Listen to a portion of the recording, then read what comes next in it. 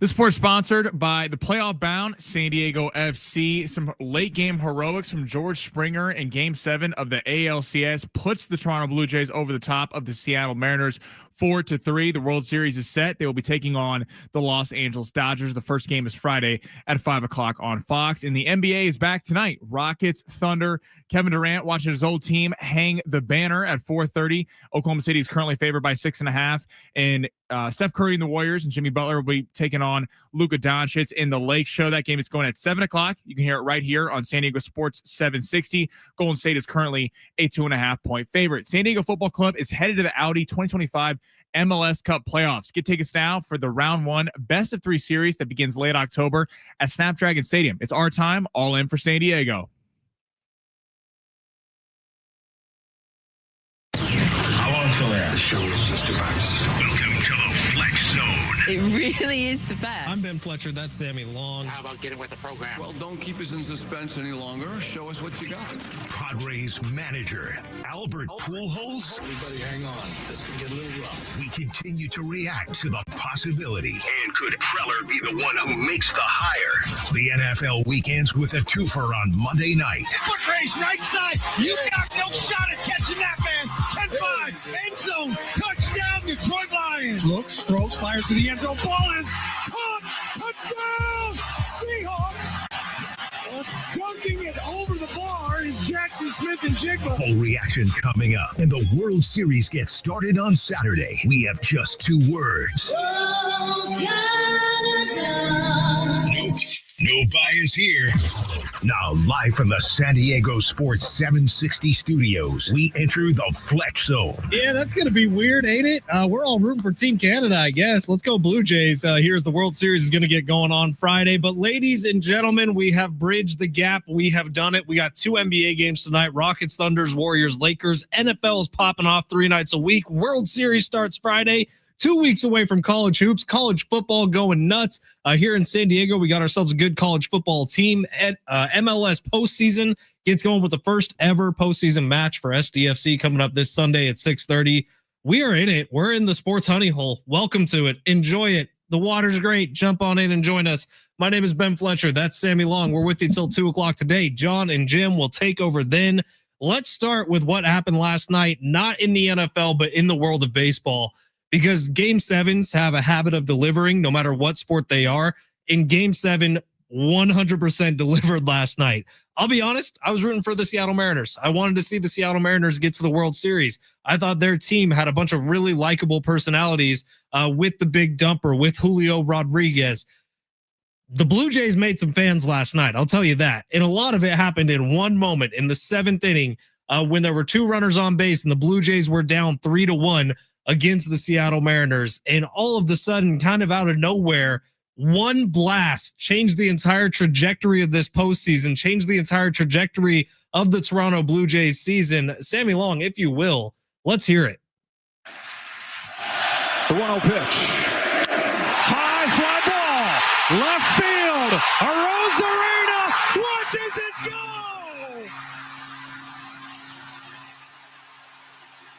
There's a line from the movie Moneyball that says, how can you not be romantic about baseball? Or is that Field of Dreams? I can't remember. I think it's Field of Dreams.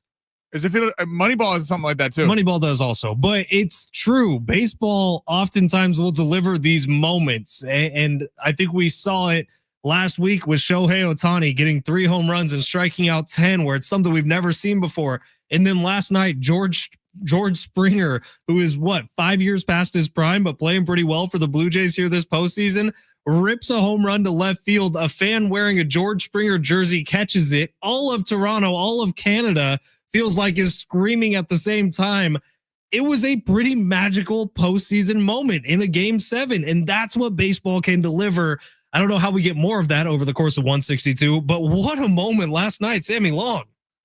Yes, and that is the thing about baseball. Like, people rightfully so rip baseball for how long the season is and how you lack urgency during the regular season, but there is very few things like playoff baseball. It is one of the great things that we do have in sports. And yeah, I mean, brutal for Mariner fans. Brutal.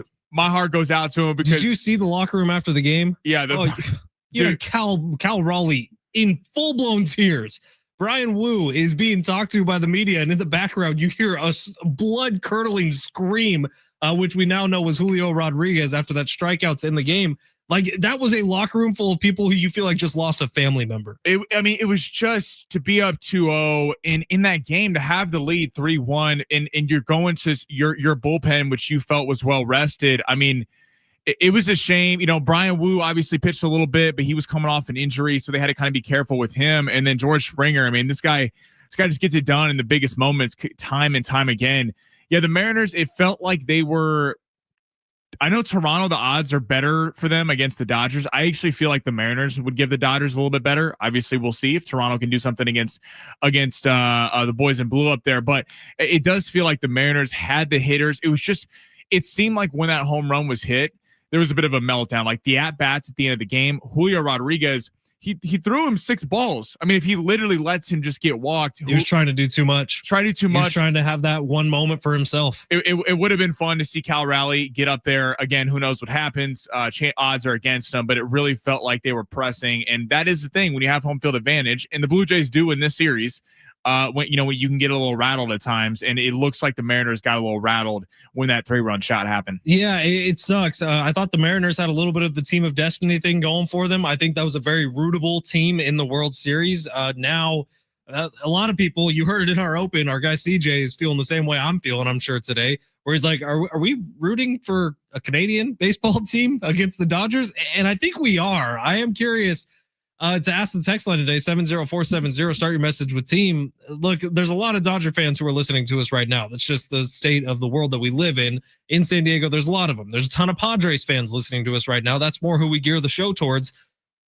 Are you watching this World Series? It starts on Friday, 5:00. I mean, I'm going to be watching it. I don't really have a rooting interest in this. I don't really like either team. I like Vlad Guerrero Jr., but are you going to be watching this World Series? Yeah, I want to hear from all you guys. 70470. Start your message with team. We got a lot going on. NBA starts tonight. College basketball a couple weeks away. College football popping off. NFL going crazy. Right. There's a lot of competition now. I do think the narrative of I think the Mariners Dodgers would have been interesting because you would have had literally outside, unless you're a Dodger fan, people are pulling for the Mariners because people, why would you want to pull for the Dodgers when they have the highest payroll in baseball and they spend money? And there's been a lot of criticism about how, the lack of salary cap is ruining the game. But I wonder if Toronto versus LA, it's 2 major cities. You do have a whole country behind you in Canada for the Blue Jays. And I feel like the Dodgers being in the World Series, it is kind of a hate watch scenario for a lot of the country. Like there was a reason why the Rangers Diamondbacks series a couple years ago didn't do anything, because it's hard to hate the Diamondbacks because, I mean, outside of, us in San Diego, because like they've never really won anything, and the Rangers are kind of a whatever team. People have strong feelings against the Dodgers. So I do think the fact that if you're a Dodger fan or you're not, people will be tuned in. I'm curious to see what the numbers are this weekend on Friday night. I'm really curious about United States numbers, the domestic numbers, because Canada, there's going to be a third, probably more of Canadians who will be watching every single game of this series. We know Japan will be watching every second of this series. The numbers in Japan will be outrageous, but what will the numbers be like in the United States? I'm curious about it. I wonder the Dodgers fatigue, which is absolutely a thing, the Dodgers hatred, which is absolutely a thing, and the Dodgers fandom, which is absolutely a thing. They're everywhere in this country, Dodger fans. And so there's going to be people watching, but I'm curious if that number ever even gets over 10 million for this World Series, which last year Yankees, it was Dodgers, 10, and that's right around 10. Yankees Dodgers is about the biggest domestic matchup I think you could probably put together. And the numbers in Japan outdid that World Series last year. So yeah, and the numbers in Canada are going to be stupid this year. Numbers in Japan will be stupid this year. So I'm curious to see how it looks. All right, let's get to the big 3 where Sammy rips through the top stories in the world of sports. Get those texts in. Are you going to be watching this World Series starting on Friday at 5:00? Curious to hear from you. 70470. Start your message with team. Sammy, smash. Your lunch break is here. Ready to go back to the office and knock the socks off your friends? Coworkers? It's time for the top stories of the day. The Big 3. I saw Sammy's nipples today. True story. Right before the show. That's a crazy thing to be leading the show with. Just want to say that I did. Sammy was back there in his little room, which he says smells bad, and I saw Sammy pop the top. You're not the first person to do it in that room, Sammy. You definitely won't be the last. Okay, But just to clarify, why? I had my Laker jacket and I didn't want to be wearing a shirt underneath it because it was going to get hot. I'm over here doing like some prep on the show, clickety clacking on my keyboard like this, and then all of a sudden I pop up and I'm like, oh, there's some semi-long nips. All right, we're ending the NFL. You look good. You're in good shape, Sam. Congratulations. I appreciate it. Been trying. Let's head to the night game. So were you higher on the Seahawks last night, who committed 4 turnovers on offense, or more down on CJ Stroud and the Texans? That was a terrible game. That was a terrible football game. I think I went into last night with a lot of high hopes that we were going to get 2 really good games. I am more down on the Texans, absolutely. The Seattle Seahawks were trying to give that game away. Cooper Kupp had an interception. Sam Darnold, probably his worst game of the season so far. But the Texans offense cannot move the football. And you saw it. As soon as Nico Collins was out of that offense, he left with concussion. They were totally inept. I'll be honest, baseball was holding my attention a lot more than that game was holding my attention last night. I was staying on the Mariners-Blue Jays game and then flipped back to the Seahawks game a couple of times. And then once the Mariners game was over, I turned off the football game and rewatched the highlights this morning because it was a very boring football game. Now, the early matchup between Baker Mayfield and Jared Goff, I thought had a ton of promise. That's 2 of the best teams in the NFC going head-to-head. And Baker Mayfield decides that is the night where he's going to start being a bad thrower of the football. Like a confusing slate of Monday Night Football games on ESPN last night. Yeah, we're going to get to that Bucs-Lions game next. But looking at the Seahawks game, it was an odd game to watch because I was like you. I had them both up, the baseball game and everything. But the Seahawks did everything in their power to have them win the game. You have the Cooper Kupp interception. Like, what was the thought process on that play to begin with? You're up 14-0. You're destroying them on the ground and through the air, and you're trying a trick play at midfield. I don't get it. And then Sam Darnold putting the ball at risk when you're up 2 scores, 27-12, and just run the ball. You have Kenneth Walker and Zach Charbonnet. I don't get it. And so the Seahawks did not look very impressive. Look, I get it was a weird night in Seattle. You said it, before the show. When the Mariners lost, I've never heard that stadium so crowded. I've watched a lot of football games at Lumen Field because unfortunately the 49ers play there quite a bit. That was the quietest that building has ever been. But it was eerie. I'm more down on CJ Stroud. They had countless opportunities to get back in that game. They had the ball at the 1 yard line and they couldn't score. The offense, that was one of the worst offensive line performances I think I've ever seen. CJ Stroud was so scared and timid in the pocket. He was just getting the ball out. And this Texans team, I wonder if they start tanking if D'Amico Ryans is out, because it just looks like they've lost the team a little bit. And I think we got way too high on CJ Stroud early after that rookie year. Well, you know what the question is with CJ Stroud? He's still on his rookie contract. Yeah. He ain't even gotten that deal yet. I don't even think you can pay him. I don't think so either. Not the way he's playing this year. I mean, I know Nico Collins gets hurt yesterday, but they have some weapons on that team. Frustrating if you are a Texans fan. All right, let's go to the early game. Bucks, Lions. Lions put on a show. How many quarterbacks? We'll start the question over. Do you think that Jared Goff is disrespecting in the NFL as a quarterback? Absolutely. And how many quarterbacks would you take over him in the National Football League? Are we talking for the rest of this year or for the next 5 years? For the rest of this year. For the rest of this year, it's so tough because I feel like you put Matthew Stafford on the Lions. Matthew Stafford has a ton of success. Like, you put most quarterbacks on the Lions because they are a run-first team that asks very little of their quarterback. Outside of, hey, Amon-Ra St. Brown, who's one of the best receivers in football at getting open, find him on some easy routes. There's not many, though. I mean, you think, obviously, the Patrick Mahomes, Josh Allen, Lamar Jackson, when healthy. You could get 7 or 8 names down the list before you're like, there's no one else I'd rather have than Jared Goff. But you put Jared Goff in a situation like with the Ravens, and they're not that much better this year. Right. So much of it is situational. I understand that's me being blinded as a 49ers fan, understanding that situational quarterback is still a good quarterback. But I'm trying to think, no matter who you put in that Detroit offense, they're going to have success. Right. If you tamper expectations, you take away, the big 5, I guess. Mahomes, Allen, Lamar, Burrow, I guess Jaden Daniels, I guess you could put in there. He's been struggling. Like, maybe Justin Herbert. Guys that elevate the team regardless of who is around them. Drake May. Okay. Yeah, I guess Drake May is starting to elevate in that conversation. I think we need to see more of it, but Drake May certainly has the capabilities. Then you get into, though, that Dak Prescott, your Jared Goff. I'll throw your Brock Purdy in there. I'll throw like a lot of Mac Jones. Hell. Yeah. Mac Jones. But like, I do think Goff, maybe because of his age, even though he's not that old, he's only like 30 years old. Like, this guy was kind of cast aside. They did go to a Super Bowl against the Patriots. I know they played awful and scored 3 points, but like, he was good on the Rams. I think people have a different history of how good he was on the Rams. Like the year they sucked and he got traded, Todd Gurley got hurt and the whole offense was in disarray. Jared Goff, I do feel like doesn't get enough respect, especially for losing his offensive coordinator this year. And there were questions with Dan Campbell, can you run the offense? I think Jared Goff has answered all those questions. Two things are true about Jared Goff. A, he is underappreciated. And Troy Aikman went on a big thing this year about, or last night, about how undervalued he is as a quarterback in the NFL. B, is there a quarterback alive who's been in two better situations when it comes to the teams he's been on? Like, he was there for the beginning of the Sean McVay super genius Rams. He was there for the end of the Jeff Fisher stuff, and he looked terrible. But then Sean McVay gets there, and all of a sudden Jared Goff is putting up serious numbers.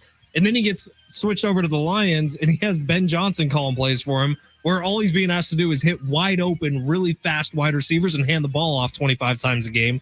Jared Goff has been in some incredible situations, but is a very good quarterback. Both things are true. 100%. All right, let's head to our third story. NBA is back tonight. Woo! The association's back. Very excited for this. Who knew? Fletch, what is your most interesting storyline heading into tonight? Kevin Durant facing his old team, the Oklahoma City Thunder, or Luka facing off against Steph? I love the fact that Kevin Durant has to watch the banner raising for Oklahoma City. The NBA did that as a shot to KD. I think it's hilarious, and I'm here for the salt, so bring it on. I do think that the other game provides some more interesting storylines. These are obviously Steph Curry. We've been watching his entire career. He's been incredible his entire career. Leaves last season with injuries. Who knows how the Western Conference ends up if Steph Curry's healthy the whole time. It could have been a very different story. On the other side, Luka, no LeBron tonight. He's going to miss the first month or so of the season.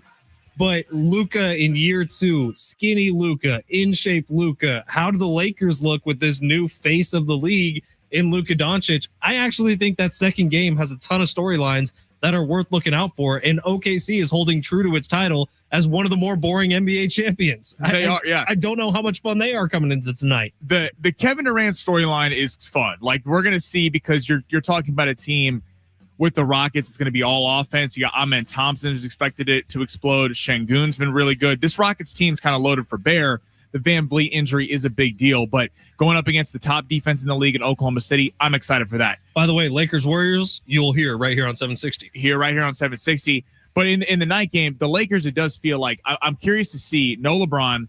The big question mark why a lot of Laker fans wanted Austin Reeves traded is, can Reeves and Luka coexist in a backcourt together? Because there's a lot of offense and there's not a lot of defense. Maybe Luka being in shape changes that. We're going to get some answers tonight. And on the Warriors side of things, like Jimmy Butler, we saw them for a half stretch of the year, and they were fighting to get back in the postseason. What does a full year of Jimmy Butler and Steph Curry look like? And then I'm curious, Jonathan Kuminga, after signing the deal, is he getting minutes? Is Steve Kerr finally going to play him like the capable player he is? Or is he still kind of just a trade piece on an expiring contract? I'm curious how much Kuminga plays tonight. All right, coming up next, what did the Lions defense tell us about their Super Bowl chances last night? We'll get into that. Derek Togerson's going to be jumping on coming up at 12:30. We got a 4-pack of tickets to SeaWorld's How Low Scream coming up on the show today. Plenty to get to. You'll listen to it all right here on San Diego Sports 760, live on the iHeartRadio app.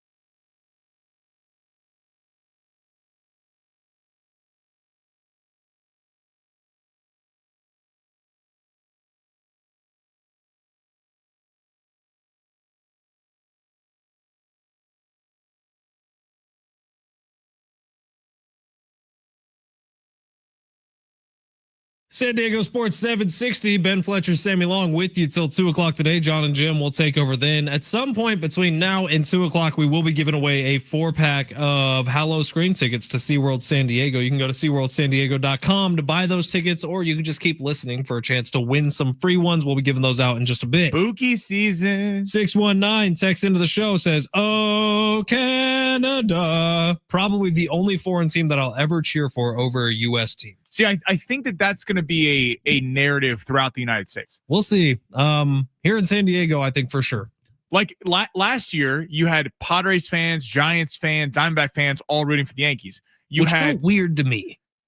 Which is weird. And then you had if we're in the Northeast, you had Red Sox fans adamantly rooting for the Dodgers, Blue Jays fans rooting for the Dodgers. Like, because you have two pillar teams, I think you could see a little bit of that against the Dodgers. I really do think the only people rooting for the Dodgers will be Dodgers fans this year, because there's this ongoing narrative that, the 4 pitchers that the Dodgers used against the Brewers made more money than the entire Brewers team did this year. There's a lot of those stats flying around that are kind of positioning people against the Los Angeles Dodgers. Rightfully so, in my opinion. All right, the Detroit Lions defense last night was all over Baker Mayfield. You talk about guys like Alex Anzalone, who are just problems for an NFC team in the Tampa Bay Bucks, who have been really good about solving those problems so far this season, even when it is backup wide receivers on their team who are doing a lot of the work. Well, last night, at least coming into the game, a lot of the Bucks receivers were healthy. Mike Evans was playing, Emeka Ibuka was playing, and it looked like a little bit more of that the Bucks team that we saw early on in the season lighten up the scoreboard, and they couldn't do it last night. Baker Mayfield was rushed on pretty much every single throw. The Lions were finding themselves in the backfield, so I look forward to the postseason, and especially in the NFC. If the Lions stay healthy, Aiden Hutchinson, Alex Anzalone, they are a problem for the rest of the NFC, and you see their path to the Super Bowl kind of lightening up. They certainly so far have proven to be one of the best teams, certainly in the NFC, one of the best teams in the NFL. And last night was a big win for them because, like, their big win, why everyone was high on them, was to Baltimore. And you saw everyone beat Baltimore. The Chiefs beat Baltimore. The Bills beat Baltimore. Everyone's kind of beating up on Baltimore. Now, they were more healthy back then, so they deserve a little bit more credit than, like, say, like the Texans, who destroyed them with no Lamar Jackson. But I do think in the NFC, the Lions, like, in the Lions have transitioned from this kind of lovable team that it's just cool that they're there. 2 years ago, when they won 2 playoff games and they lost to your Niners in the NFC Championship game, it felt like that was a big step for them. Last year, you kind of had the excuse of the fact that the entire defense got hurt, and that it was an excuse. I mean, literally their top 4 guys in the front 7 got hurt, and that directly impacted why Jaden Daniels lit them up in the postseason.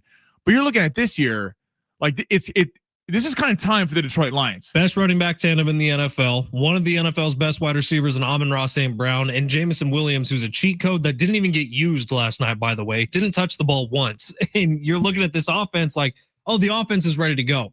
If the defense can play like that and get that sort of pressure on NFC quarterbacks, which we know are not nearly as good as AFC quarterbacks, all of a sudden you're like, the Lions should be in the Super Bowl this year. And Tampa Bay feels like they're not done, but the Mike Evans injury is a really big deal, and he's going to miss most of the season with a clavicle. And they rely on coming back in games, and I feel like it caught up to him last night. Without a single team looking so dominant in the NFC, the Eagles, like last year, looked like a cut above everyone else, and they showed that in the Super Bowl against the Chiefs. But it feels like the Eagles got problems this year. I know they had a big win against the Vikings. There's a lot of teams jumping up there. You got the Niners, you got the Rams there, like the Bears are on a little bit of a tear, the Vikings, the Packers. Like, there's a lot of teams that are just kind of solid, good teams. It does feel like the Lions have the ability to match the offensive production, which is why Philly was so good last year, because they have an elite running game and an elite passing game. Sammy, we talk about San Diego in the postseason quite a bit, and one team is out of the postseason, the Padres. Another team's about to start their postseason. SDFC. That'd be SDFC. They got a match coming up this Sunday at 6:30 at Snapdragon Stadium. We're going to find out tomorrow who they're going to play. How about that home field advantage? Beautiful. You love to see it. Derek Togerson's going to chat about it with us coming up next. He's from NBC7. You know him. You love him. Togs on the show coming up next. San Diego Sports 760 live on the iHeartRadio app.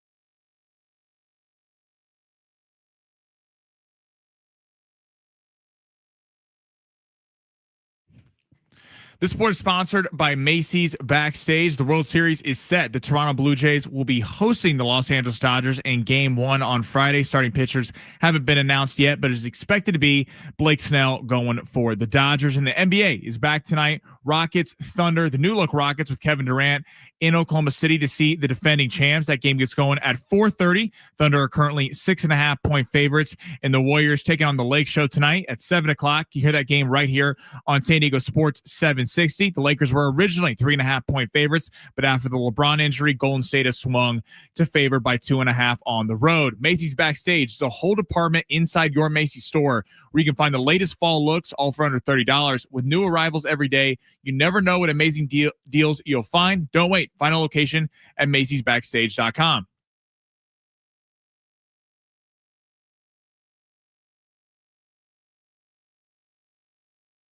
San Diego Sports 760. It's the Fletch Zone. Ben Fletcher, Sammy Long with you till 2. John and Jim will take over then. We got a Dumb and Dumber reference on the text line that I absolutely love. It's beautiful. It's so good. We'll get to it in just a little bit. But right now we head over across the parking lot here to NBC 7. Derek Togerson joining us. Hey, Togs. What's up, man? Well, a lot's going on, actually. So we're just going to get right to it. Let's start with the Padres front office right now. So we got the news that Eric Grupner has signed an extension. AJ Preller has not. Mike Schultz is retired. They're interviewing Albert Pujols. What do you make of everything that's going on in the Padres front office these days? I don't know. It's Same. just weird. It's weird, right? I mean, the last time AJ and Eric got their extensions, they announced them at the same time, right? Like, hey, we're in lockstep, we're moving forward. Now Eric gets one, and AJ's. I don't know if they're still talking. I don't know if it's hey, maybe it might be doing something different moving on. It's a little bit cause for concern, because if AJ truly is, as some speculation is out there, not going to be around, why is he being involved in the managerial search? Because you want your manager and your general manager to work together. You know, that's kind of an important thing when you're talking about roster construction and then moving things down and from the chain of command. So I would have to assume if AJ is still involved in the manager search, then he is going to sign an extension of some kind at some point. Maybe he said, hey, listen, let's get through this. Not going to worry about that right now. You know, we both know we're good for it. Let's get a skipper in here, and then we'll talk about me. It could be something like that. So I don't think a major change is coming in that regard, simply because he's involved in finding the next skipper, and that's a relationship that has to work. Togerson, speaking of the next skipper, what was your first reaction to hearing Albert Pujols possibly managing the Padres? Can he be hitting coach too? It's one of those where I'm like, this is really intriguing.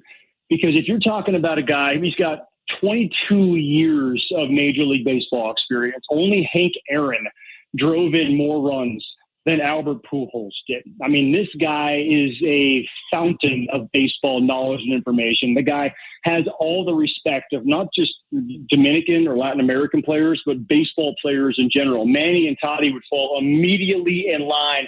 And that's something that's very important. You need to have the superstars bought in, and they would immediately say, Albert, hombre, well, what do you need us to do? The only question mark is he's never had a coaching job of any kind in affiliated baseball. So how does he handle X's and O's? How does he handle lineup construction and bullpen usage, and when to bring in a pinch hitter? That all the ins and outs of the game are the question mark. So if he can handle those, and when the Padres talk to him sometime this week, that's really what they're going to try and figure out. How do you handle these types of things? If he can handle that, I think it's a great idea to bring a guy like that in, because you need a guy like a Bruce Bochy, who's going to have the respect of the players immediately, and that's a major hurdle that has to be uncovered. So I probably should have asked you this off the air, but are you heading out to Vegas for Mountain West Media Days for basketball?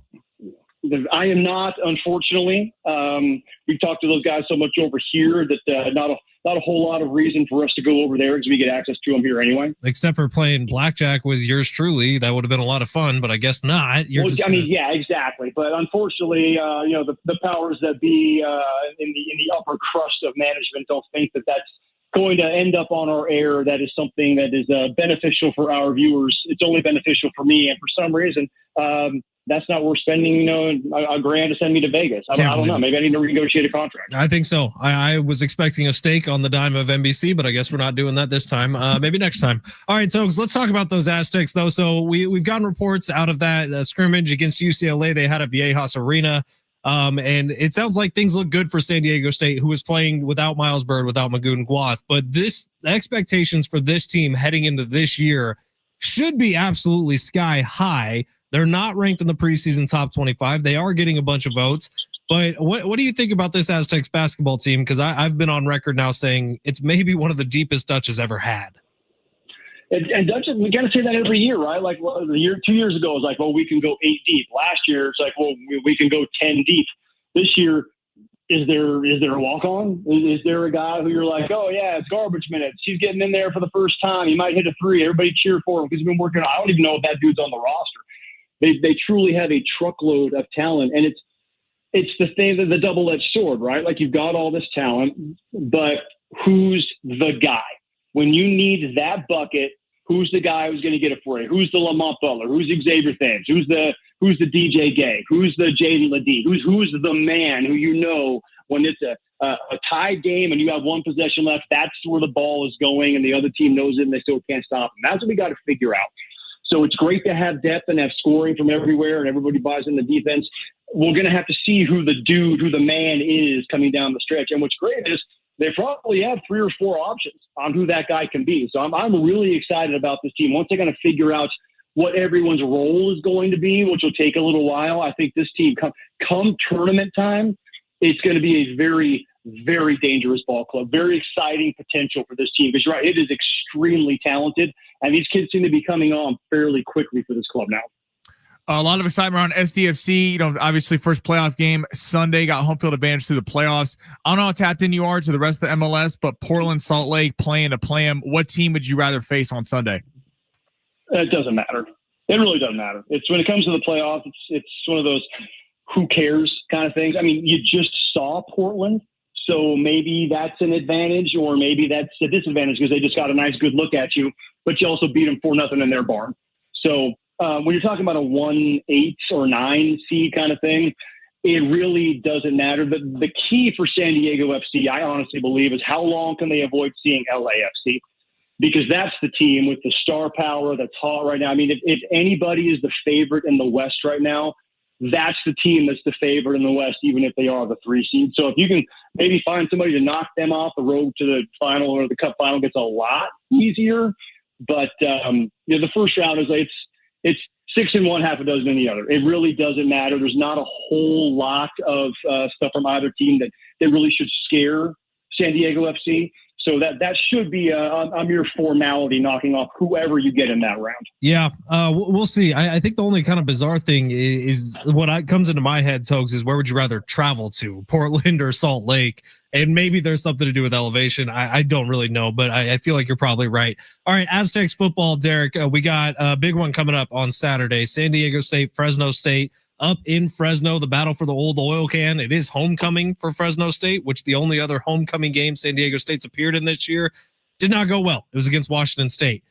Fresno State started off incredibly, has kind of been faltering as of late. They're debuting new helmets for this game. What do you think about the Aztecs heading into it? And after their second bye week of the season, where's this team heading for the rest of the Mountain West calendar?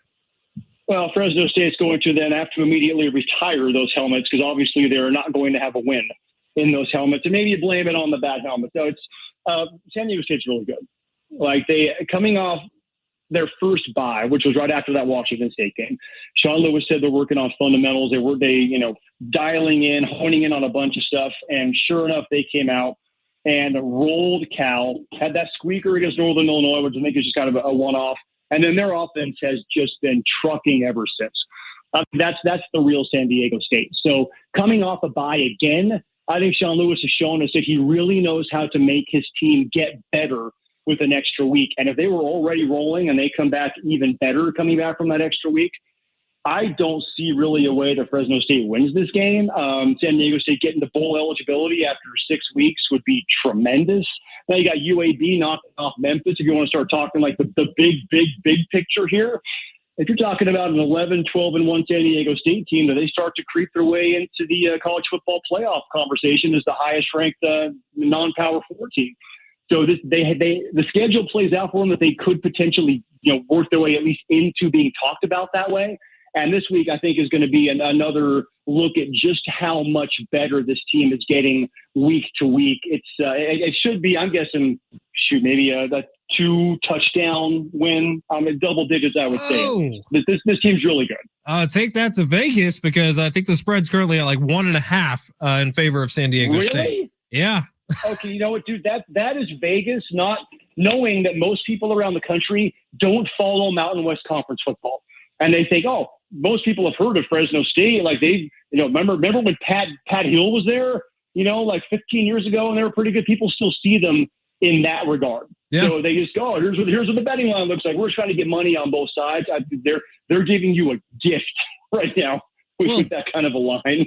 Believe it or not, I happen to be in Vegas coming up tomorrow. I'll be covering Mountain West Media Days, something Derek Togerson will not be doing. I thought we were going to have so much fun together, Derek, but maybe next time. We always have fun together. It just, for some reason, it's very, very rarely in person because you guys like to take Kevin Acey out for drinks instead of the person who really knows baseball like me. Whoa, shots at Kev. Oh, we need to set up a cage match. Sammy, let's rent out Pachanga Arena, get the boxing. Hey, we'll sell it. We'll sell the hell out of that. I don't know who I got in that one. I talk about Vegas lines being close. I feel like you and Kev have similar body structures. Kev, you might be a little taller. I know you like to walk a lot. Is that exercise? Yeah, but I've got that cage fighter mentality. Like, it's one of those, like, I will do whatever it takes to win. Kev seems like he'd be quite the kicker. Yeah, exactly. That's the thing about fighting someone like that is you got to catch him because they're running from you the whole time. So we're installing Derek Togerson as a slight favorite, -150 on the book. I like that, Sammy. That's a good line. I'm weighing this week. I'm weighing in at 195, bench 285. So there you go. I don't know what those numbers mean, but it sounds impressive. That means he can crack. That's what that means. Cool. All right, Togs, good stuff, man. We'll talk to you soon. Sounds good, y'all. See ya. Bye. All right, so Derek just brought something up that I have brought up now a couple of times, and I always feel a little wacky for saying it, but let me just throw this out there because I've looked at the schedule now pretty intensively. If San Diego State runs the table, and that's a big if, they still got Boise State at home, makes it to a Mountain West championship game, with one loss on their record, the one loss being to Washington State. Again, huge if, right?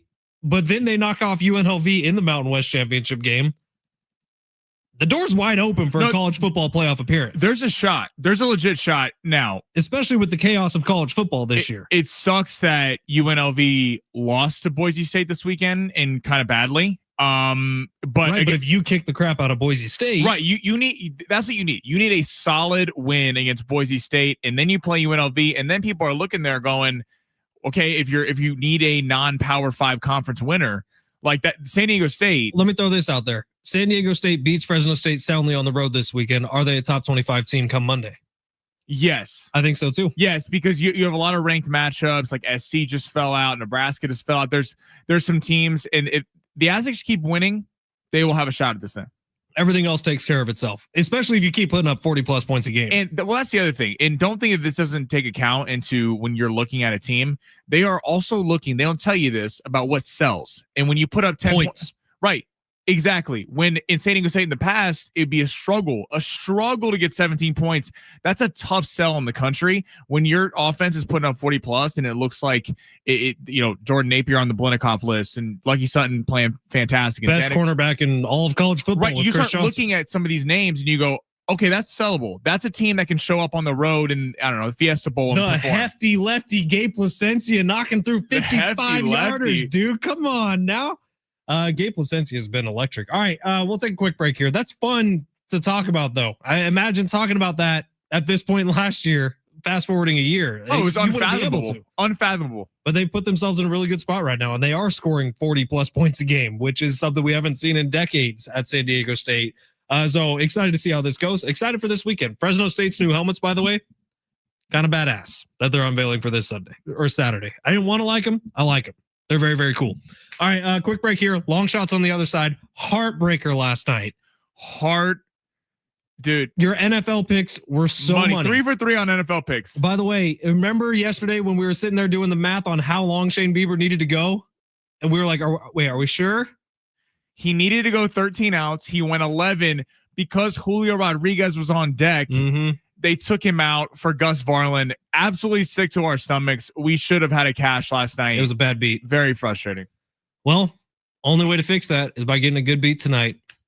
Tons of sports to choose from. Long shots is next.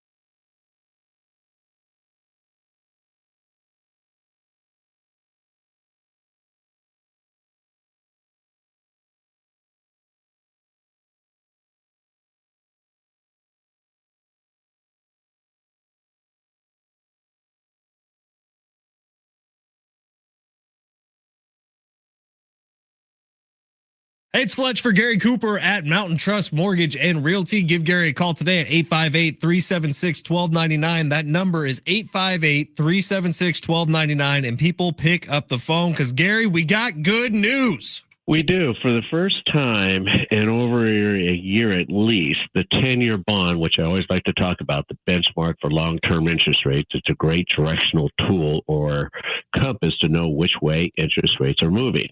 Well, they're actually at 3.97. It's below 4%. So what does that mean to you? Anybody who has purchased or has done a transaction probably within the last 3 years, you're probably in the high 6s or 7% range. So if you're looking to do just a rate and term, lower your payment, here's my example. If your estimated home value, $990,000, let's assume that your loan amount's about $740. That means you're at 75% loan to value, 780 credit scores, single family residence, not a condo. To give you an example, on a 30-day lock today, your 30-year fixed is going to be at 5.925 and with an APR of 6.01.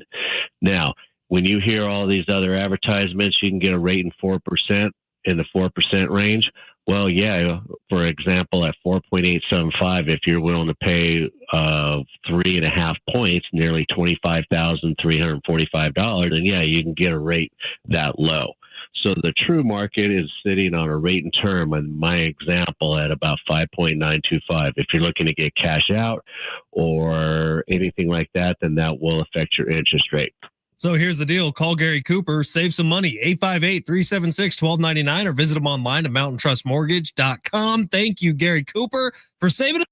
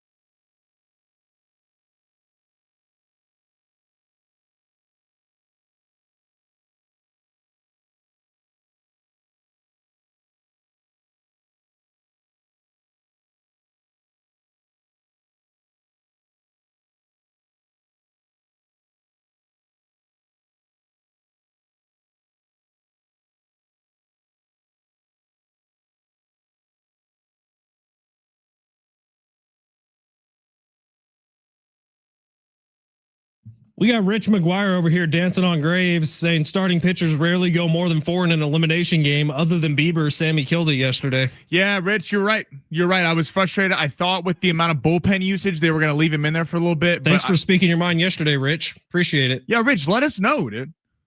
Let us know, Rich. All right, tonight the NBA begins, which is cool. It's actually it's the first games in like 20 years on NBC. NBC, they got the theme back. I'm very excited to see basketball. I'm gonna dunk it. I'm excited to see the whole presentation. I believe Kevin Harlan is NBC, right? I believe he's on NBC and Reggie Miller. I could be wrong on that. I will check that. I thought Kevin Harlan was TNT, but TNT's not there anymore, right? So I think that they went there. Michael Jordan is NBC now. Michael Jordan. Apparently, there's some like special piece tonight about him talking about how the 3-point game has changed everything in the NBA. I don't know. They're like plugging it like it's. And I took it personally. I took that personally. One of the great things of all time. But yes, very excited. The association is back tonight. And give you a hot take. I don't think Michael Jordan's going to be very good at this. I'm curious to see it too. I don't know how he's going to be as an analyst. I really don't think he's going to be very good. I hope I'm wrong. I hope MJ's great, but like watching, it was COVID times. We all remember this. We were all locked in our houses watching the Last Dance documentary, and it was good. It was very good, but I found myself laughing at Michael Jordan a lot in that because I couldn't really take him seriously. Yeah. So the Last Dance is phenomenal. I don't know how people take me seriously all that often. I don't think they do, but I'm looking at Michael Jordan and I'm like, I don't know how he's gonna do on the mic. Well, he's also very intense. Like Reggie Miller is great on like so good. Like a lot of energy. Like I'm curious to see Michael Jordan as an analyst. I honestly feel like he would be better calling games where it's more like you're saying what happened, what's going to happen, what's into it. I'm curious his perspectives, but obviously ESPN's got Inside the NBA now. We'll see if NBC can put anything close. I doubt it, to Inside the NBA. That's one of the greatest things ever created, but we'll see. All right. Well, with that, let's get to long shots. I'm assuming we're going all NBA tonight. We are going all NBA tonight. Smash it. You looking for some luck? Want to win big? Gotta play big. You are so money, we don't even know it. Time to take a chance. Say that to me and his man. With long shots. I am curious how many people just found out that the NBA is starting tonight. By us talking about that, because like in my other life over on the classic rock station, none of them knew that the NBA was starting tonight outside of Rich, who obviously is still in the sports world, but like TV and Cat, no idea. Yeah, it's interesting. I wonder. I bet it was a lot more than the NHL last week, but I'm just excited to see the whole new. I'm excited for the NBA season, and I'm excited to see the whole new presentation, kind of how it looks. All right, we're going with. So we have a 5-pick parlay. One of them, though, is a freebie. Steph Curry to get 1 point tonight. It's a half. Get that discount. That's obviously going to happen tonight. Oh, is that on the Prize Picks app? It's on the Prize Picks app. You can use promo code Fletch and get $50 free. You know, my boy Jacob was asking for a promo code today. I told him, I was like, use promo code Fletch. FLETCH. This pick comes from Dave and Tyler, and I'm putting the Sammy Long stamp of approval on this, okay? Alperen Şengün going for the Rockets tonight, more than 8.5 rebounds. I really like this pick. The Rockets are doing something tonight. If you see their starting lineup, every guy is 6'8 plus. They're trying to maul Oklahoma City, improve a point tonight. Everyone's going to be keyed in on Kevin Durant. They're going to be throwing all their best defenders at him. Lou Dort, Jalen Williams. I think Şengün is the guy that's expected. Why a lot of people are really high on this Rockets team is because Şengün, I think, is going to take that next step. And even though he's already an elite NBA big, become an even more elite NBA big. And I also don't see the Thunder has had anybody to stop him. Like Isaiah Hartenstein, give me Alperen Şengün in that. So more than 8.5 rebounds. On the other side, I know this is a risky pick, but SGA, 32.5 points. It's a big number for me. Really large number for me. Less than. The Rockets, now. Do I get a veto? Because it's that one. Let me tell you why. Oklahoma City, one of the best defense in the league. Guess who was number 2? Houston Rockets. And I get Fred VanVleet's not there. That honestly helps the fact that he's going to go under in this. I think Ahmed Thompson's going to be on his hip all night long. Ahmed Thompson, fantastic. He's about to break out this year. Elite defender in the NBA. He's going to kind of become that guy for the Rockets opposite Kevin Durant. I think that SGA, this is not even a shot to SGA. It's just they have so many options. Jalen Williams. I mean, you got Lou Dort. You got guys everywhere. You got Chet Holmgren. Got it. They all got extensions. I think 32.5 for an opening night. Could be a little bit distracted. We're going to go less than 32.5 points. All right, we're going to Lakers, Golden State. Again, we gave you that Steph Curry free half point. Jimmy Butler, more than 5.5 free throws attempted. It looks like the Lakers going with a little bit of a small lineup. Gabe Vincent is going to be that kind of third starter. It's going to be Luka Doncic, Austin Reeves. You got DeAndre Ayton at center, Rui Hachimura at power forward. It's looking like Gabe Vincent. It hasn't come out yet, but he's who started the last preseason game for the Lakers. If that's the case, and it's Reeves or Gabe Vincent guarding him, I think Jimmy Butler's going to feast. And the reason that the Warriors got him on the team is because they needed to get to the free throw line more. Historically, they've been one of the least free throw shooting teams in the entire league because they just jack up threes the whole time. Jimmy Butler getting in the free throw line, more than 5.5 free throws attempted. Our guy Vito on Twitter saying Williams is out with a wrist injury tonight. Jalen Williams out? That's what Vito said. I don't know if it's true. Oh. Does that tweak anything? Do I get a veto? Because I'm vetoing SGA. Okay, we want to veto SGA then? Yeah, he's out. That's fine. There's okay, no thank shot. you, Vito. I did not know Jalen Williams was out tonight. All right, we'll veto that one. Austin Reeves for the Lakers, more than 15.5 field goals attempted. He had in this series, Austin Reeves had to listen to all offseason about how he should have been traded. A lot of Laker fans wanted him out of there. He took 14 field goal attempts in 4 of the 5 games against the Minnesota Timberwolves, except LeBron was there. So LeBron was taking away touches from him. Him and Luka are going to have to carry this offense until he comes back. I expected massive uptick for Austin Reeves, especially with the number one defender going up against Luka all night. So more than 15.5 field goals attempted for Austin Reeves. So to recap, Alperen Şengün, more than 8.5 rebounds. Austin Reeves, more than 15.5 field goals attempted. Jimmy Butler, more than 5.5 free throws attempted. And Steph Curry with that free point on the discount. Basketball. I'm gonna dunk it. Greatest SNL skit ever. All right, quick break here. On the other side is our number 2. On the other side, Sammy, have we given away any tickets yet today? We haven't. What? And guess what we have tickets to? Hollow Scream. Are you going to scream? I thought you were going to scream. You were kind of wanted me to that scream? Up. Yeah, go ahead. Okay. Hollow Scream! Nice. Those tickets coming up in the next hour. We'll give those away. We'll also react to more of what happened last night in the NFL, more of what's to come next week in the NFL, and some NBA getting going. Can't wait for it. San Diego Sports 760 live on the iHeartRadio app.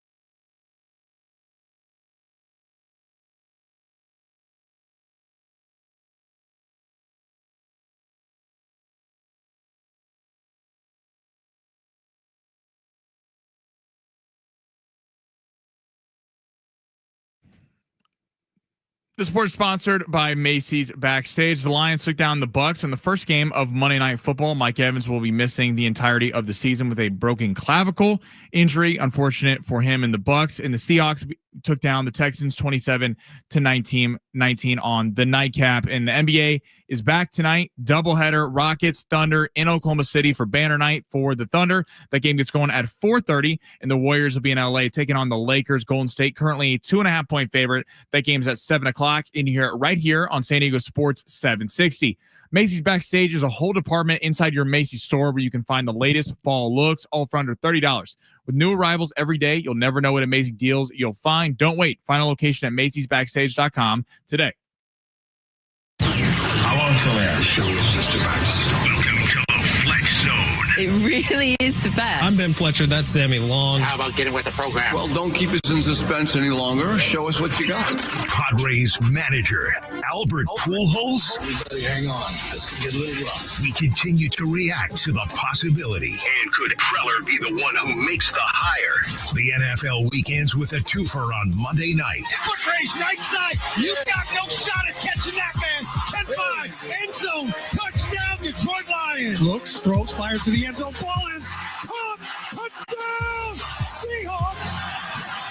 Dunking it over the bar is Jackson Smith and Jigba. Full reaction coming up. And the World Series gets started on Saturday. We have just 2 words. Nope. No bias here. Now, live from the San Diego Sports 760 studios, we enter the Fletch Zone. Hour number 2. Let's get it going. My name is Ben Fletcher. That is Sammy Long. We are with you till 2 o'clock. John and Jim will take over then. We got the NBA getting going tonight. We had NFL action last night. More NFL action to come. We did get a comment on YouTube asking if we were still alive in Circa Survivor. Yes, we are. We are. We are still in the running for $18.9 million. My wife is already counting that money. So, Sammy, we cannot lose because she already has big plans on what's the first thing she's buying? A house from Gary Cooper. That is the first thing we're buying. And if you want to buy a house from Gary Cooper, 858-376-1299, tell him Fletch sent you. If I was going to buy a house, I would use Gary Cooper. Like Ferrari's definitely going to be the first thing purchased. See, that's so awesome that you're thinking like that. And I am envious of it, but I'd rather buy a Ferrari of a house. Yeah, but like my thing is this, I would rather have like a badass apartment downtown, like a penthouse thing versus a huge home. Like I don't need a huge home with like 10 bedrooms and stuff. Like that's just a waste of space to me. Where do you think we live? If we get this money, it's going to be like a $1.5 million in each of our pockets. So where do you think that's enough to maybe buy a house? Yeah, I forgot. Not a it's like $18 house. million. Then I forgot about taxes, which is kind of annoying. Taxes are crazy. So we've each split our 500, which is crazy. Should we say that we live in Miami and then get the money there? To Miami? No, just because so then we can collect the money down there. That's what Shohei Ohtani's doing. Well, he's collecting his money in Japan and then Miami so he doesn't get hit with the California taxes. I mean, at least it's not like fraudulent because you just said it out loud. No, these are all hypotheticals. This is not anything that we're planning. These are completely hypothetical situations. I'm just saying if we did happen to move to Miami before week 18, I mean, where would we collect the check? Just an idea. Just an idea. Vegas. We could just buy houses in Vegas and claim residence there and do our show. My problem is though, Vegas. I want to stay at hotel. I want to stay at Circa in Vegas. I don't want to live in Vegas. We could buy a hotel room at Circa and use it as our primary address. Penthouse. Yeah, we could be roommates. That'd be great. You and I go in on it together with our $1.5 million each. 1.5. That'll get us like a couple weeks. All right. But keep this in mind as the week continues. We're not going to do this today, but we are planning as of right now on taking Atlanta this week in Circa. Shout out to the ATL, which a little nerve wracking, of course, but it falls in line with what we're trying to do. The Atlanta Falcons are playing against the Miami Dolphins in Atlanta this week. Feels like the right pick. We'll see if we change our mind 25 times between now and Friday. Atlanta feels like a good team because it's like get them out of the way. You weren't planning on taking Atlanta. They looked bad against your Niners, but you feel like they probably respond. The Bills are the safest. Bijan is gonna tear up Miami. We know that. The Bills are the safest pick because they're coming off a bye in Carolina. No Bryce Young. That we need the Bills in week 10. That's the sucker pick this week. Right. Week 10 is miserable. Look forward to it if you haven't yet. Week 10 this year is chalk across the board. And I think Buffalo's the only team we can take in week 10, so we're going to have to save them. then I'm with it. Then Atlanta. Some people are on Cincinnati against the Jets. That. Take Cincinnati, please. Let the Bengals be the reason half this thing gets wiped out. Betting on the Bengals feels a little aggressive. Like, are we really going to put a lot of money on Joe Flacco and the Bengals? Especially when the Jets are making a quarterback change all of a sudden. Right, like new Woody life Johnson today? Or is this in the big three? Or can we talk about it now? We're going to get to it in a second. Okay, the Woody Johnson quotes coming out of New York are insane, and we're putting it in the big three. We'll get to that in just a second. We do have a 4-pack of tickets to go to SeaWorld San Diego for How Low Scream. We'll be giving those away coming up within the next 30 minutes. So don't go anywhere. Stay here for that. We'll also get deeper into the NBA openers, which are coming up tonight. Coming up in about 20 minutes, we got some fun music to play and some picks to make when it comes to the NBA getting their season going, as well as a little season-long entry. Sammy, are we doing that today? We can do a little season-long entry. I think we got to. I wouldn't mind it. The text line's all over it right now. Fill those up on the text line in the YouTube chat for a season-long entry on NBA. You can use Prize Picks to build it out. Sammy and I will deliver ours coming up at the end of the show. Send us your listener picks. Sammy, big 3 hour 2, smash it. Your lunch break is here. Ready to go back to the office and knock the socks off friends? I mean, co-workers? It's time for the top stories of the day. The Big Three. We apologize for the computer having a spasm. What are you doing to the computer, Sam? I didn't do anything to the computer. I hit the button that I always hit. Come on. What is going on today? Speaking of lunchtime, man, I'm hungry. That sounds good right about now. Sammy. Hunger sounds good right now? Yeah. Where are we going with hour 2? Text line, again, someone put their last $5 of Prize Picks and is really counting on me to pay their rent. I got you. I got you with our lineup from 1245. Yeah, I think $10 pays $100 on this one. So I don't know, $5 is going to pay 50. Hey, so gotta start somewhere. You know what I mean? Is cheap. We're going to go to the Jets. We just teased it. Jets owner Woody Johnson. I couldn't believe this was real when I read this. So he said in an interview, talking about the offense and the team, quote, "It would look good if we could complete a pass." That's what he was talking about. I'm Woody Johnson. With Justin Fields, they are currently undecided on the quarterback situation. Justin Fields was benched on Sunday against the Panthers for Tyrod Taylor. All signs are pointing, though, it's probably going to be Tyrod Taylor Sunday against the Bengals. I mean, why? Justin Fields is doing a pretty good job of tanking your season. Like, if the Jets want to remain winless, they should just stick with Justin Fields. Confusing to me. First of all, you never hear an owner talk this way about players unless they're already out the door or their name is Jerry Jones. This is crazy that Woody Johnson said these things. He went deeper, by the way. It wasn't just, it'd be nice if we could complete a pass. He was also talking about Justin Fields' quarterback rating and how bad it's been so far this year. Crazy comments coming from a billionaire owner of a franchise. Tyrod Taylor does give them a better chance to win right now. So if you're looking for a win, and we are looking for the Jets to get a win because they're playing against the Bengals, who a lot of people are expected to be on in Circa Survivor, then yeah, switch over to Tyrod time. It's Tyrod time. I like it. Are the Jets the worst organization in the league? Yes. I mean, it used to be Cleveland, but they seem like they might be turning things around a little bit. The Raiders are also on their way to the bottom as well. Yeah. I mean, the Jets, this is the kind of dysfunction. Like, when you're the Jets, like, obviously your quarterback situation has been awful. Like, anyone with eyes who has watched the games can tell that Justin Fields, which is surprising to me, it felt like in Chicago he had a little momentum there. Remember that like month of the season where he was running all over? He ran over the Patriots for like 200 yards rushing. He is clearly not it. It's definitely fallen in that bust category. And I guess now I'm getting why Mike Tomlin went away from him last year to Russell Wilson. But this is the kind of things that make players not want to come play for you. Like Woody Johnson. Why would you say that? Like first off, your team's awful. You're trying to get the number one pick so you can get a quarterback. When you say stuff like this, like this is now Justin Fields going to be asked about this. Aaron Glenn's going to be asked about this. They're all going to be asked about this. This is like the whole thing was like defending Aaron Glenn. That's what he was asked about. He was asked if they're regretting hiring Aaron Glenn if they have any changes to coaching coming. He was like, no, it's kind of hard to win when your quarterback doesn't complete passes. And you got Tua in the same division, calling out teammates, making it hard for Mike McDaniel and the rest of them. I mean, it's just, this makes no sense to me. Obviously, the quarterback play's been terrible. Woody Johnson, then you probably should have went out and did something about it. Well, yeah, the trade deadline's coming up in a couple weeks. You don't have to say anything. Go get Kirk Cousins. Right. Well, they're so bad. You want to lose now. But so keep Justin Fields in and say, no, we got full faith in Justin. He's going to figure it out. And knowing in the back of your head that he's not. Like, Sammy and I both thought that Justin Fields still had something. To this point in the season, I think it's fair to say he's not a starting quarterback in this league. No. And probably is just going to be a backup for a little bit. We'll see. Maybe a change of scenery. Maybe it's the New York Jets curse, and maybe he goes somewhere else, sits for a year, and then comes back. If you can't make it work with Mike Tomlin in Pittsburgh, feels like it's probably he was making it work with Mike Tomlin in Pittsburgh. They were 4-2. That was kid. Now the offense was bad. The offense was pretty rough, but yeah, I mean Woody Johnson though with the Jets, like this is why the Jets are the Jets. Sell the team. They should. Johnson and Johnson, a family company. Let's stay in the NFL. The 49ers, Eagles, Bucks, Lions, Seahawks, and Rams are all 5-2. The Packers are right behind them at 4-1-1. Who should be the favorite out of that entire group? Who are you highest on? Who are you lowest on? I can read it again. No, I got them. Okay. Niners, Eagles, Bucks, Lions, Seahawks, Rams, all 5-2. Okay, NFC West, I'm going to take out of this because they're going to kind of start to eat each other up here in the second half of the season. I have a feeling. The Eagles showed a lot to me last week. For them to come out and go through all the personality problems, the players only that wasn't a players only, the A.J. Brown of it all, they freaking ate last week. And the pass game was working really well. I'm worried about Saquon Barkley. He doesn't look like Saquon Barkley anymore.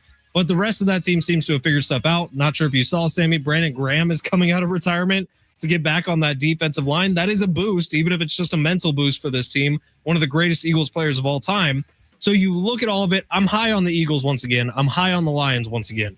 Those will be the last two teams standing, I believe. That being said, there is one team that's going to get healthy at the right time. The San Francisco 49ers ain't dead yet.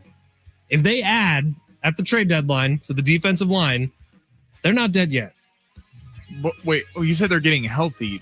Warner and Bosa are out for the year. That's why they need to get a trade at the trade deadline. So you need offense is trade help. Healthy.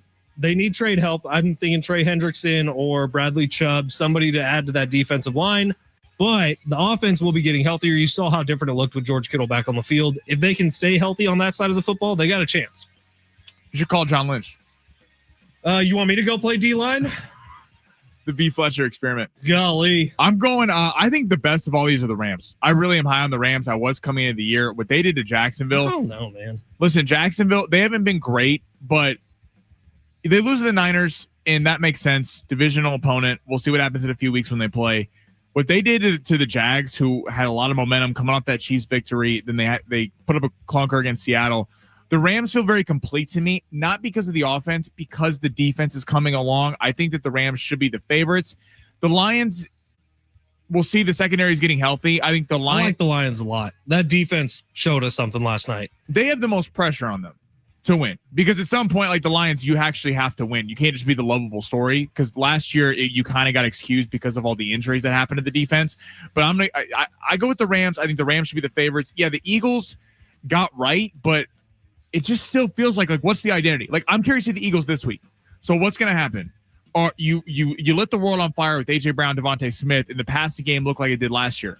Is it going to stay that way? Because we've seen that happen earlier this year, and then the next week you go, where the hell is it? So I want to see some consistency from them. I just think the NFC playoffs, like, all these teams are good. Like the 49ers, the Seahawks, I don't really buy the Packers. The Bucks feel like they're relying a little bit too much on late game magic. It just feels like the NFC is very even keeled across the board. And I think we could kind of see a bludgeoning in the playoffs. In a wild card team, I could certainly see getting to the Super Bowl out of the NFC. All right, let's get another one. All right, let's head to the NBA. Who has the most pressure in the East to get to the finals after the Halliburton and Jason Tatum injuries missing? Halliburton's out for the entire year. Jason Tatum will likely be out for the entire year. He said he wants to come back, but we'll see if that happens. It's got to be the Knicks, right? It has to be the Knicks. The market size, firing another head coach, the stars are still there. It absolutely has to be the Knicks out of the East. Now, do I think they can beat any of the top 3 or 4 teams in the West? Probably not. But in my mind, like, it's time for the Knicks. They've gotten over being the cutesy team that all of a sudden is back. They've gotten over the decades of suck that they endured in the 2000s and the 2010s. Like, the Knicks are back, but they haven't gotten all the way back yet. And I compare them a lot to what you just said to the Lions. Like, in a weird way. Now, the Lions are a lot more lovable, I guess, because they've never really won. Not that the Knicks have ever won, but it's New York. Like, last year was a great story. They went on a great run. The last 2 years, I would say. The country's been rooting for the Knicks. Totally. The Knicks were very rootable last year. It's fun seeing the Garden having meaningful games, but there is no excuse, because there's reports they could have got Giannis with the trade package. They didn't. We're going to see if this core of Karl Anthony Towns, Jalen Brunson can get it done. And if you're assuming the Pacers are out and the Celtics are out, you look at the Cavs. The Cavs got a lot of pressure because at some point you can't just keep running the same thing back with Donovan Mitchell at the helm and thinking you're going to get there. But you can't let the Magic with Desmond Bane or an upstart team, and you got Cade Cunningham and the Pistons, who I think are going to be really good this year, who are on the come. So, these teams are getting younger, and then all those other teams, the Pacers and the Celtics, will be back in the mix next year. If you're the Knicks, you have to go to the NBA Finals this year. There's no excuse for you not to. All right, we got lots of good texts coming in. Coming up on the other side, we will be giving away a 4-pack of SeaWorld tickets. So keep listening. We will give you a time to call. Coming up next, I also want to get some of these texts. They're funny about Circa. And actually, Derek Togerson, who was just on the show with us, hates our Atlanta Falcons pick. He doesn't like that? Hates the pick. He told us Carolina last week, and they did win. It would have been a good pick. All our picks last week actually hit. We had the Bears hit, we had the Patriots hit, and the Browns, the Panthers, and the Browns. Shout out to the text line. I did not believe that, but Browns that would have been the right pick. And is this the week Miami gets right? I don't know. All of a sudden, I'm nervous about it. We got a few days to mull it over. All of a sudden, you're high on Miami? San Diego Sports 760. You're listening live on the iHeartRadio app. SeaWorld tickets coming up next.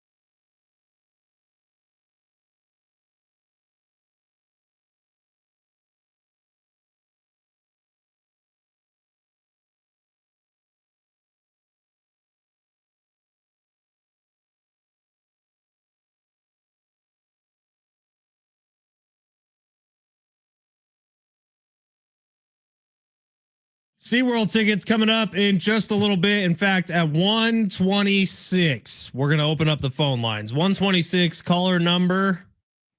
Let's do 12. Caller number 12. You're going to SeaWorld San Diego for Hallow Scream. Again, 126 is the time to call. That way, people on the iHeartRadio app have time to call in, and it's an even playing field for all of you listening terrestrial. So 126, caller number 12. You're winning a 4-pack of tickets to SeaWorld's Hallow Scream. All right, text line real quick. 559 brings up a good point about the new rules in the NBA. Have you seen this, Sammy? The high five rule? Yeah, this is interesting. So this is in my eyes, the first half of this NBA season, you're going to see a lot more 3-point fouls where a shooter gets to go to the line for three. This is the rule where it used to be you shoot a 3-pointer and the defender slaps you a high five, basically, like contesting the shot. Most of the time, not a foul. Now, most of the time will be a foul, up to the ref's discretion.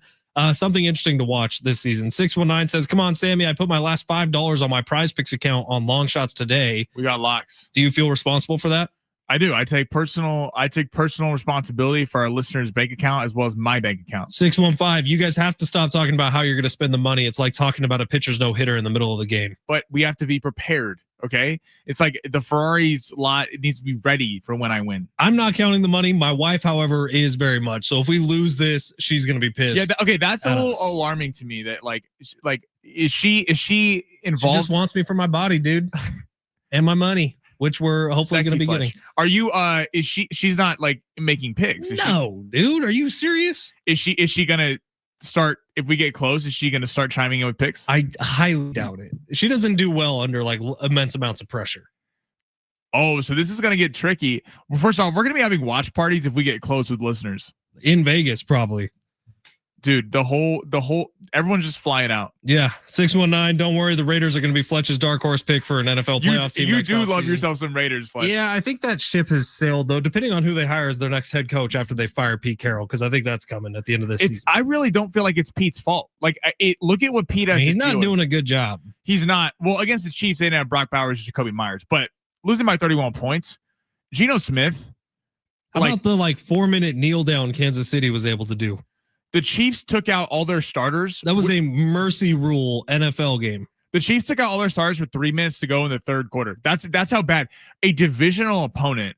The defense has been wrong for the Raiders for years. The secondary's been an abomination. And it feels like outside of Genty and Brock Bowers, like, where's the heart and soul of this team? I don't see it. 858 texting in says $1.5 million is going to get you a nice 2-bedroom condo in Del Mar. Hey, I'll live in a nice 2-bedroom in Del Mar. Or like a 5-bedroom ranch style home in Ramona.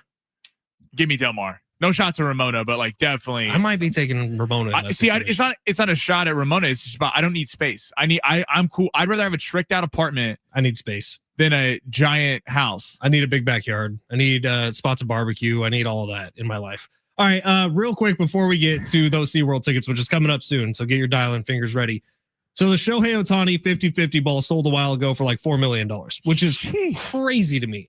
They're projecting that the 3 home runs he hit in that game 4 are each going to go for over $3 million. Crazy to me. Insane. If we have any sports memorabilia people on the text line, please explain this to me, because I do not, for the life of me, understand why you would spend that kind of money on something to look at or invest in it. But we know that the only reason these things are worth $3 million is because people will pay $3 million. I think this is like super rich people who like, I don't get it. I enjoy art. Okay. Like, really? Well, I'm a art connoisseur. Really? No, but like I can appreciate. I can see you being the guy that goes to like Ross or Marshalls and goes down through that little area. It's like, oh, this would look lovely over my toilet. Listen. I'm an aficionado of art.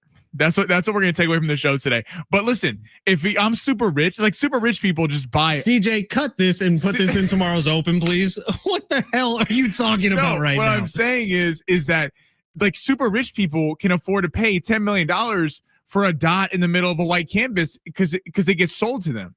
This is like sports memorabilia. It's like it's just a baseball. This is someone who's super rich who's like, I have $100 million in the bank, and I'm going to get the Shohei Ohtani ball so that every time I have people over, I can just brag about it.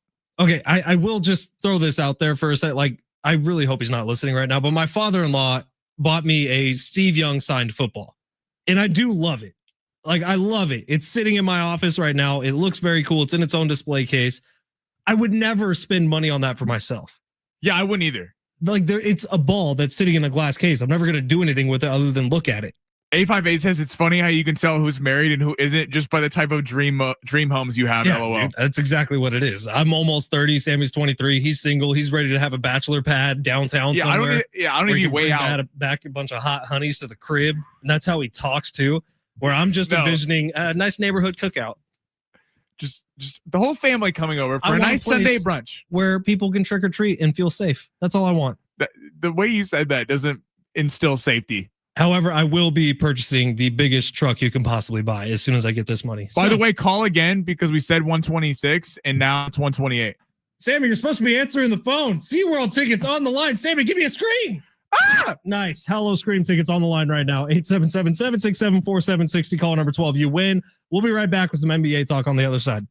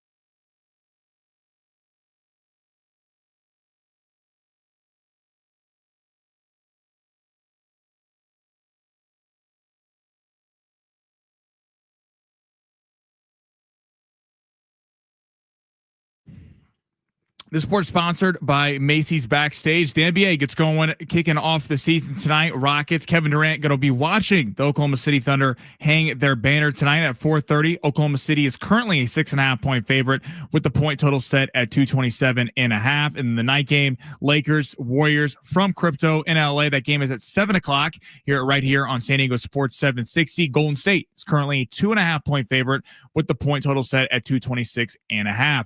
Macy's Backstage is a whole department inside your Macy's store where you can find the latest fall looks, all for under $30 with new arrivals every day. You'll never know what amazing deals you'll find. Don't wait. Find a location at macysbackstage.com.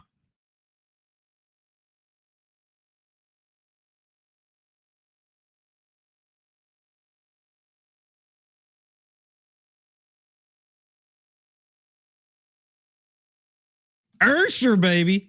Ben Fletcher, Sammy Long, with you till 2. John and Jim will take over then. It's San Diego Sports 760. Who won those tickets, Sammy? Steve, big Steve. Steve the man, through. dude. Steve Hartman, he's a big Hollow Scream fan. Steve would be talking the entire time. He probably couldn't even get scared. Steve Hartman would probably... Sammy, believe it or not, there is going to be a man with a chainsaw behind that door. You're going to want to steer clear. Ha, man with chainsaw. Goblins and ghouls. You get a couple beers in, Steve. He just gets even louder. Should that be a thing we do? Is we take Steve with listeners to SeaWorld Hollow Scream? If we can get Steve down here, he's been saying he's coming down for months. Where's Steve? Yeah, I keep asking him, like, when are you going to come down? He's like, I'll be there next week. I'm like, okay, are you really saying that? Or are you just saying it because we're on air? Sammy, I'll be honest. I'm saying it because we're on air. I have no plans to come down. I'm very busy. Date night runs late, you know. I have trips planned, and that's that.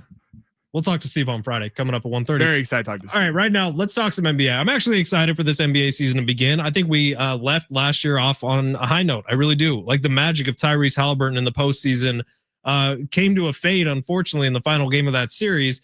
But it was a good NBA postseason to launch us off into the offseason. My problem with the NBA, none of these games really matter this early in the season. It's kind of rough because we know most likely already who's going to be there at the end. 80 games is too long, much like in baseball, 162 is too long.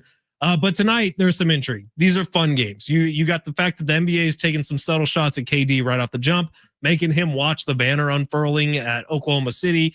You have Steph Curry and Jimmy Butler and Draymond Green. What were you saying, Sammy? The Golden State old years? Well, apparently people are calling the what do they call them? The old Warriors or something? Or the old years? Yeah, the something. Olden State Warriors. The Olden State Warriors. Olden State Warriors. Al Horford's 39, Curry's 35, Draymond's 35, Butler's 37. Kuminga's the last hope for the young talent in the Golden State program. And this is kind of the last dance for the Warriors. You got to imagine, right? It's not like Steph Curry's going to be doing this till he's 40. This may be his last productive season. We've already seen the injuries tick up.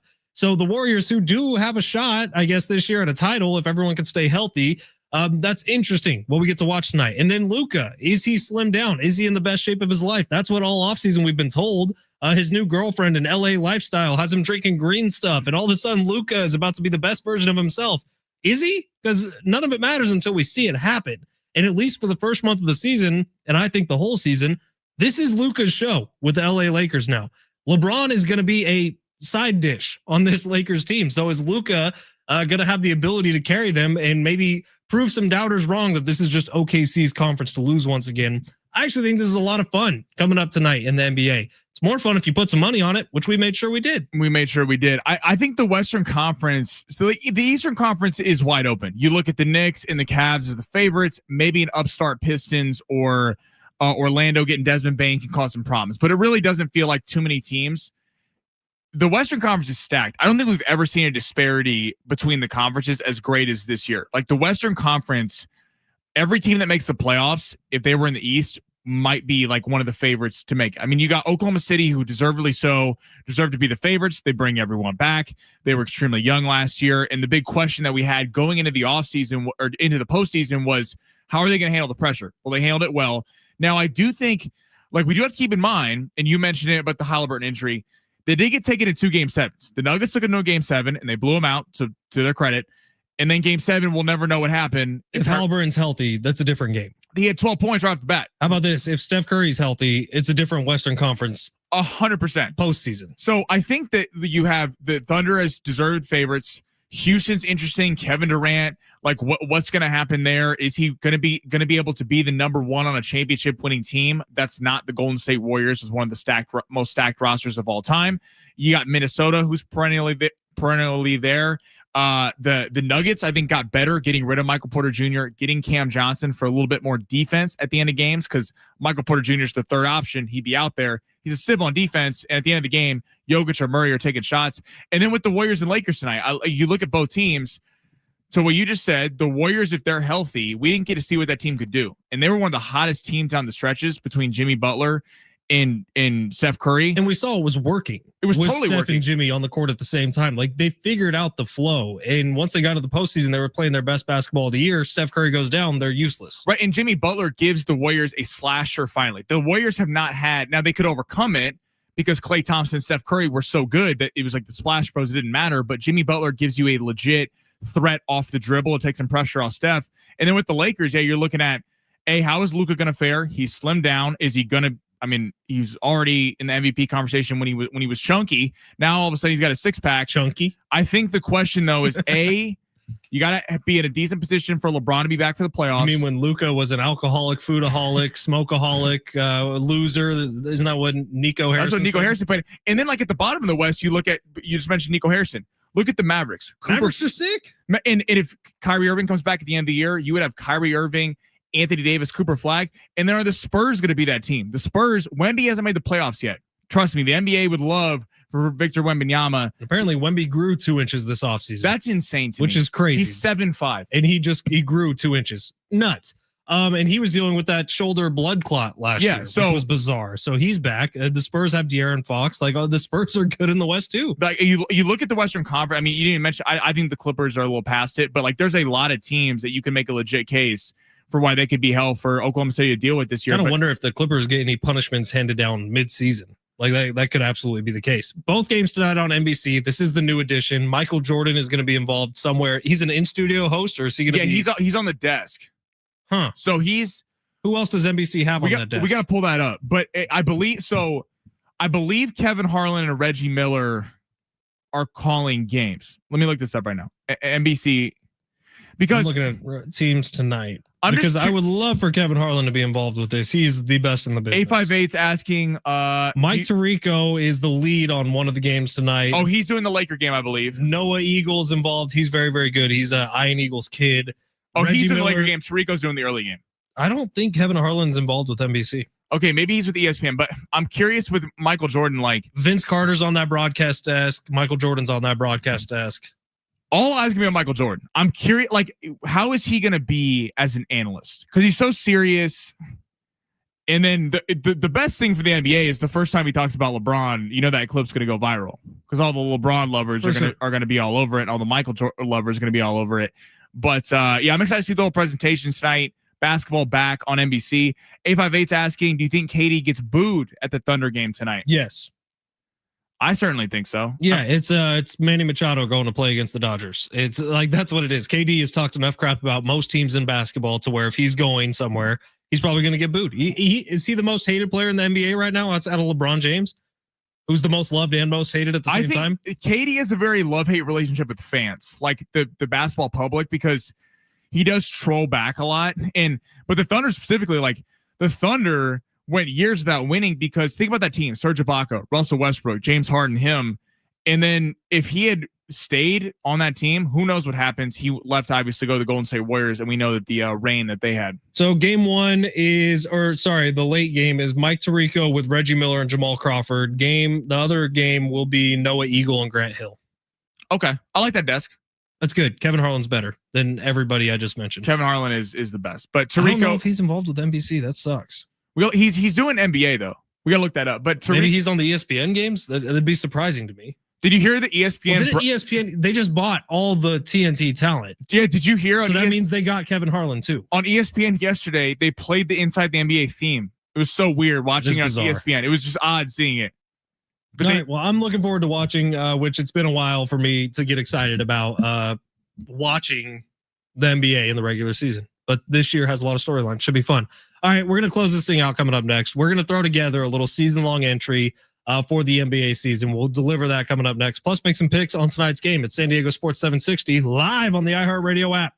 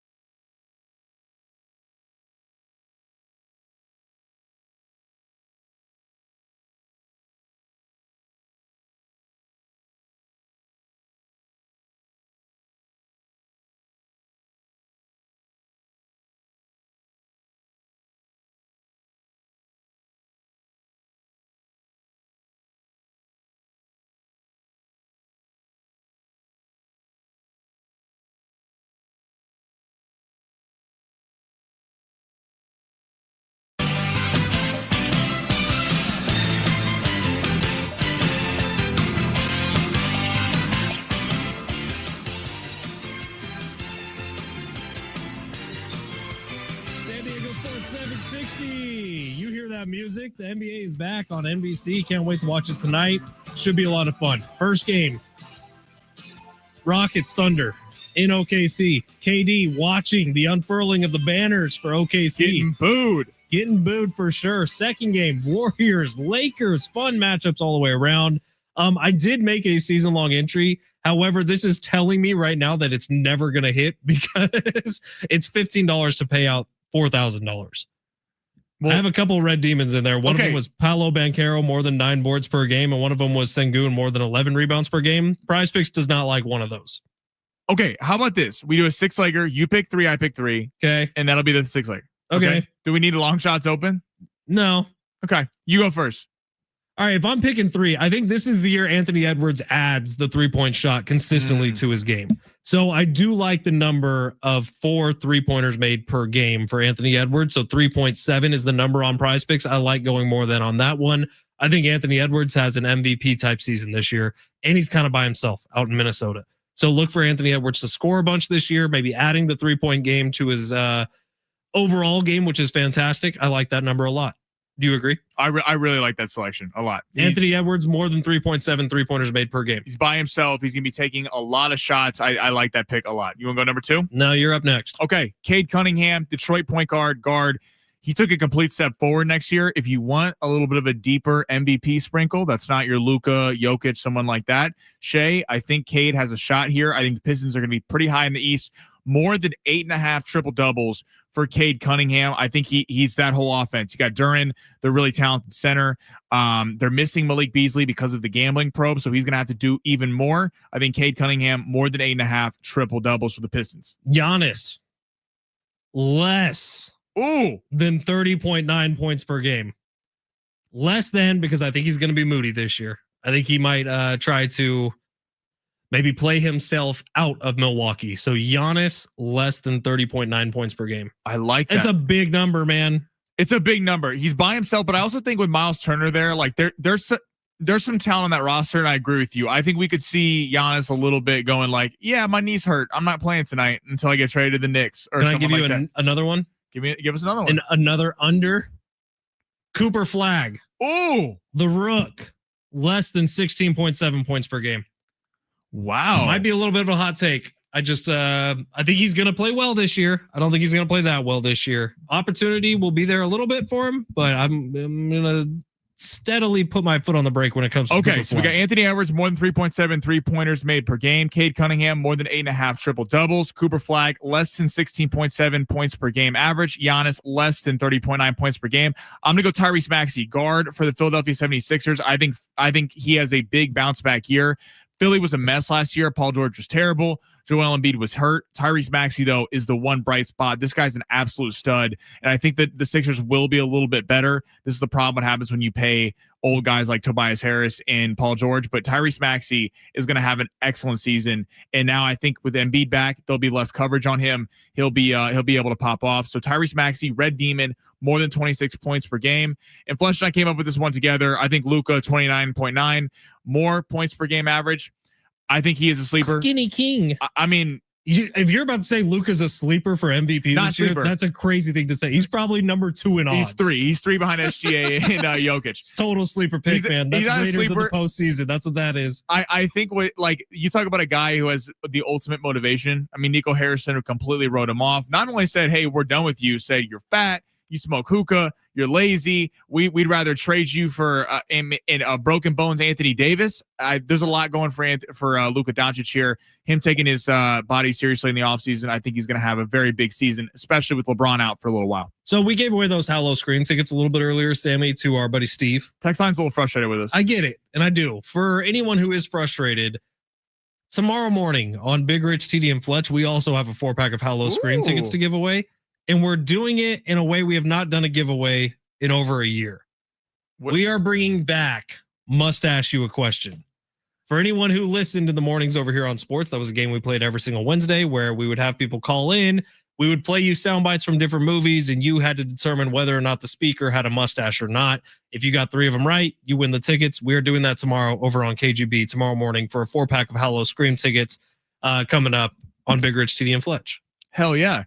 Yeah, we were late for the app listeners. Stuff happens. Stuff happened. We got distracted. We started talking about it's me 100% being Sammy's fault. what. First off, you're the one that gave the time, but we started talking about me being an art connoisseur, what houses we want to buy when we win Circa. We got a little distracted. It's Which okay. I really cannot imagine Sammy looking at like a Monet painting or something and saying, I'm a big Monet guy. I like art. Art is good. Art's fantastic. Art does nothing for me. See, you're just not cultured like that. That's a little bit on you. My wife's like favorite date night is going to Hobby Lobby and perusing and buying stuff for the house. And I'm like, I don't get it, but I put up with it. If we win this stupid circuit thing, man, you're gonna be buying Hobby Lobby. You're gonna be buying a super expensive piece of art with that 18 million. Yeah. From Circa. All right, well, we're done for today. John and Jim are coming up next. They also have a 4-pack of tickets to go to Hello Scream. Plenty of news coming up with John and Jim right here on San Diego Sports 760. Who's winning tonight, real quick? Live on the iHeartRadio app. Give me the Warriors. Give me the Rockets. Oh, okay. All give right, me the Dogs. All right, I'm gonna go Rockets and Lakers. Game on. We'll see you tomorrow. Fletch and Sammy out. John and Jim next.